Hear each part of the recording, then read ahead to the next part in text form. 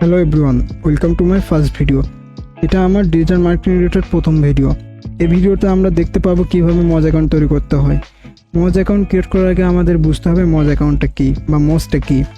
মজ actually আমাদের website কোন পর্যায়ে আছে, ওয়েবসাইটে কতদিন আগে তৈরি করা আছে এটা বোঝা যায়। আবার কিওয়ার্ড রিসার্চের ক্ষেত্রেও মজ অ্যাকাউন্ট ব্যবহার করা হয়।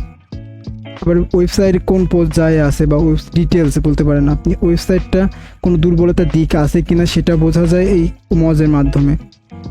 আমরা মজ অ্যাকাউন্ট তৈরি করার জন্য প্রথমত ক্রোমে চলে আসবো। ক্রোমে যাওয়ার পরে এখানে আমি moz.com সার্চ দিব।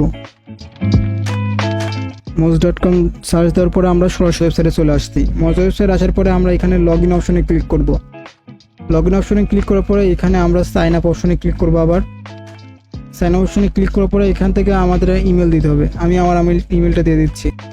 ইমেলটা দেওয়ার পরে এখানে আমার নাম দিতে হবে, নাম ডিসপ্লের নাম দেওয়ার পরে এখানে একটা পাসওয়ার্ড দিতে হবে। এরপরে এখানে ইন্ডাস্ট্রি সিলেক্ট করতে হবে। এগ্রি করার পরে সাইন আপ অপশনে ক্লিক করতে হবে। এখান থেকে সাইন আপ হয়ে গেল। এখন আমাদের হলো অ্যাক্টিভ করতে হবে। অ্যাক্টিভ করার জন্য প্রথমে জিমেলে যাইতে হবে। জিমেলে গিয়ে এখানে আমাদের একটা এসএমএস আসছে মজ থেকে। মজ থেকে একটা এসএমএস আসছে, এখানে অ্যাক্টিভ ওর অ্যাকাউন্ট করতে হবে। মজ অ্যাকাউন্ট ক্রিয়েট করার পরে আমাদের এখন মজ এক্সটেনশন বারটা অ্যাড টু ক্রোম করতে হবে। অ্যাড টু ক্রোম করার জন্য আমরা এখান থেকে এক্সটেনশনে চলে যাব।